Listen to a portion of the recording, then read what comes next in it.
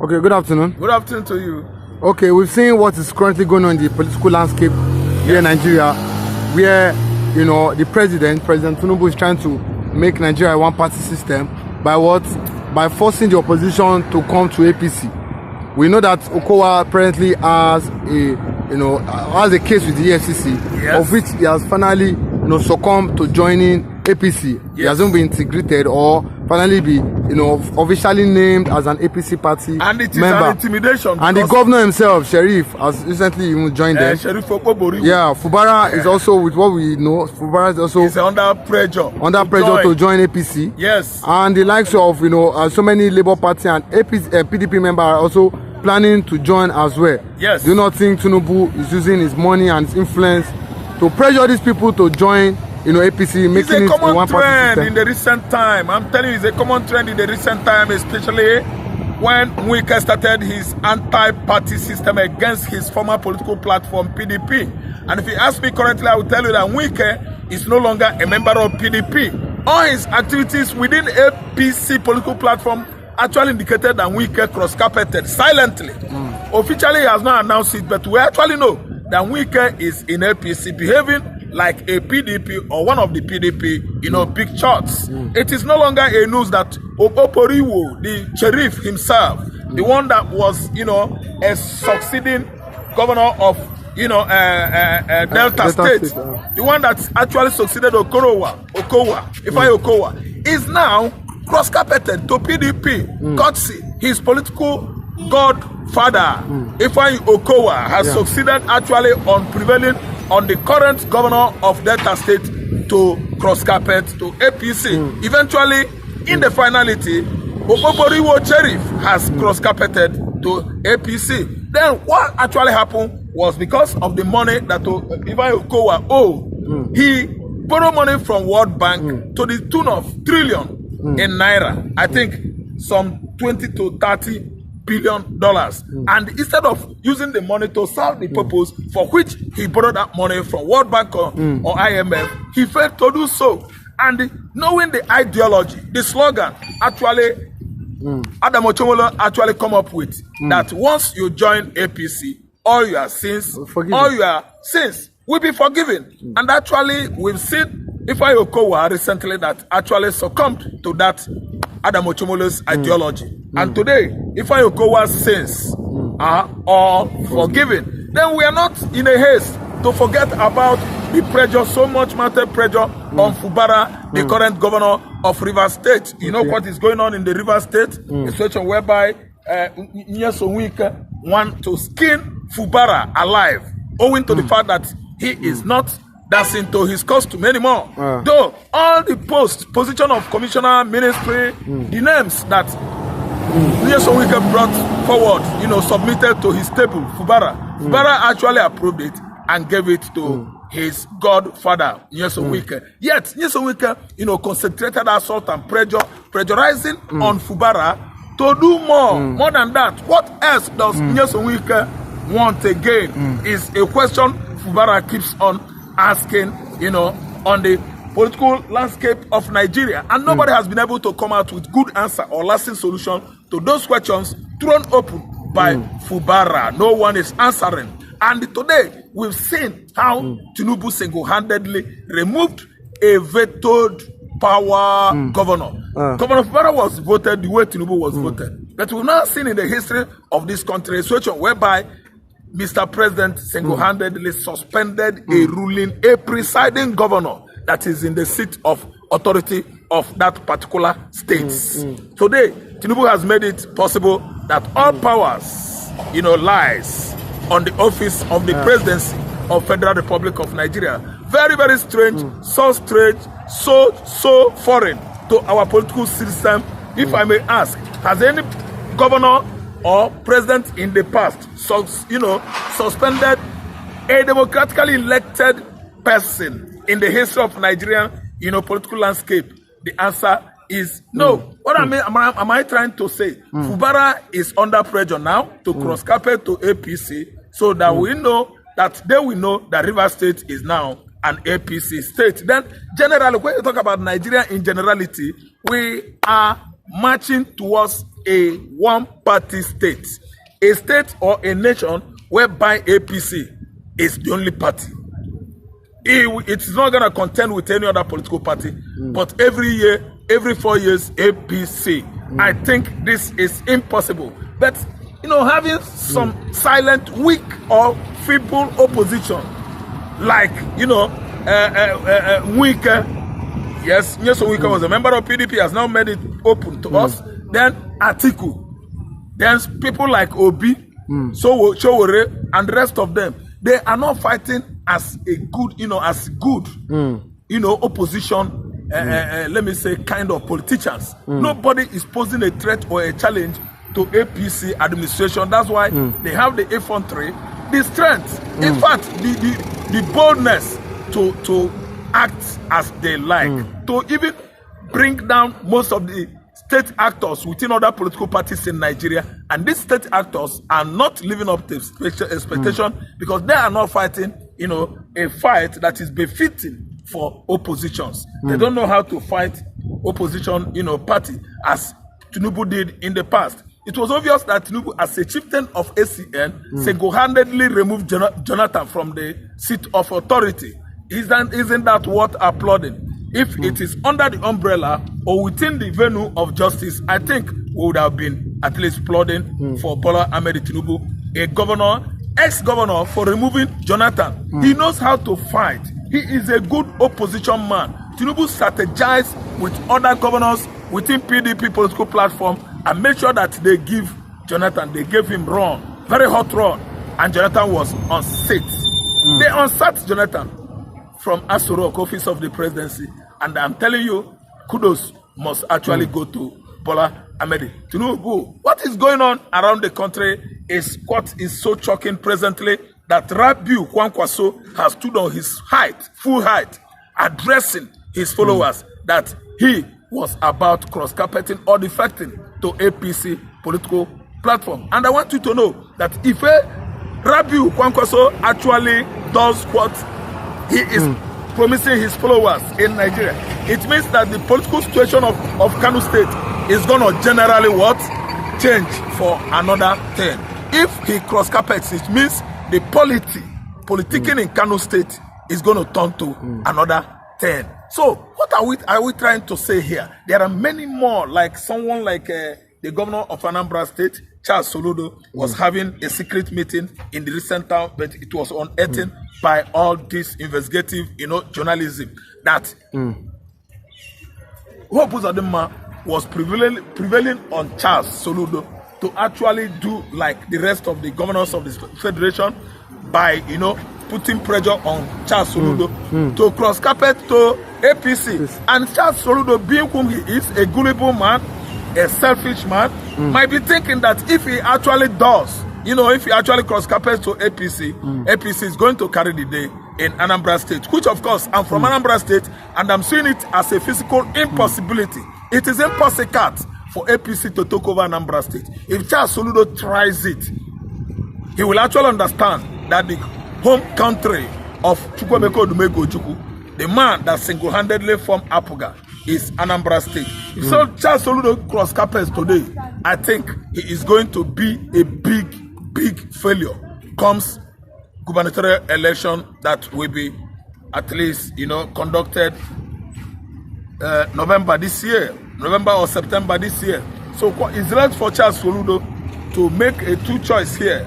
Either he stays as the prime choice within APGA, or he chooses the other as the second choice, APC. But I'm telling you that all the Anambrians, we are standing by APGA. APGA is our own dear political party in Anambra State, initiated by Chukwuemeka Odumegwu Ojukwu. So there are other people, you know, other political juggernautes in the country that are running back to APC, even though the ones that cross-carpeted from APC to PDP, they are all running back now. According to Kenneth Andy Okonkwo, the man that started, one of the, you know, characters that started all this home video in Nigeria, Kenneth Okonkwo was a member of APC from the camp or structure, political structure of Yemi Ochibanjo. Today, we are seeing Kenneth Okonkwo singing another tune again, behaving as if he is trying to defect from his current party, Labour Party, to APC. And I'm going to tell you that some months ago, Kenneth Okonkwo has actually defected to APC. So he's taking Nigerian political landscape by storm. People that were in a particular party,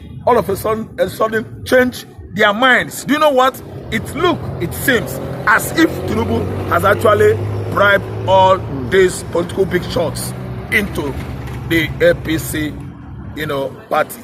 And we are seeing it playing out. It has rocked Nigerian political stage that APC has successfully made Nigeria a single party state.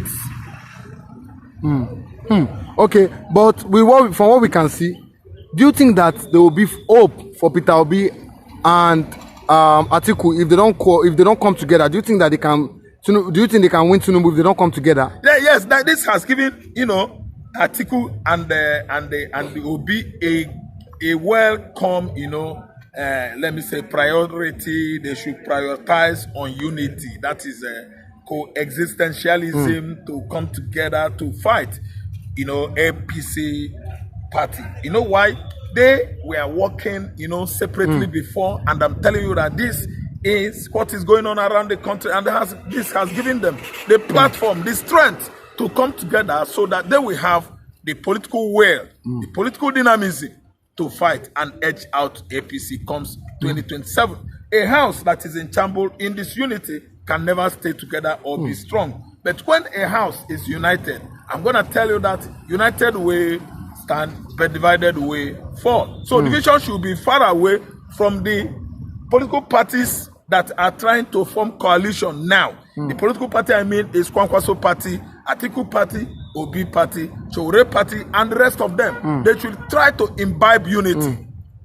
Serious integration. They should be seriously integrated, so that they will have the political strength or vigor to actually edge out APC political platform comes 2027, presidential election, gubernatorial election, and all that. But if they capitalize on divisiveness, as in disintegration, disunity, I think they are going to woefully fail. So my suggestion is that it will be Atiku, Kwankwaso, Oshowore, and so on and so forth. There are many of them. They should come together, team together to form a very, very strong coalition to do what? To actually kick APC out of Nigerian political, at least, stage. Failure to do that, I don't think they have what it takes to withstand this kind of tsunami ravaging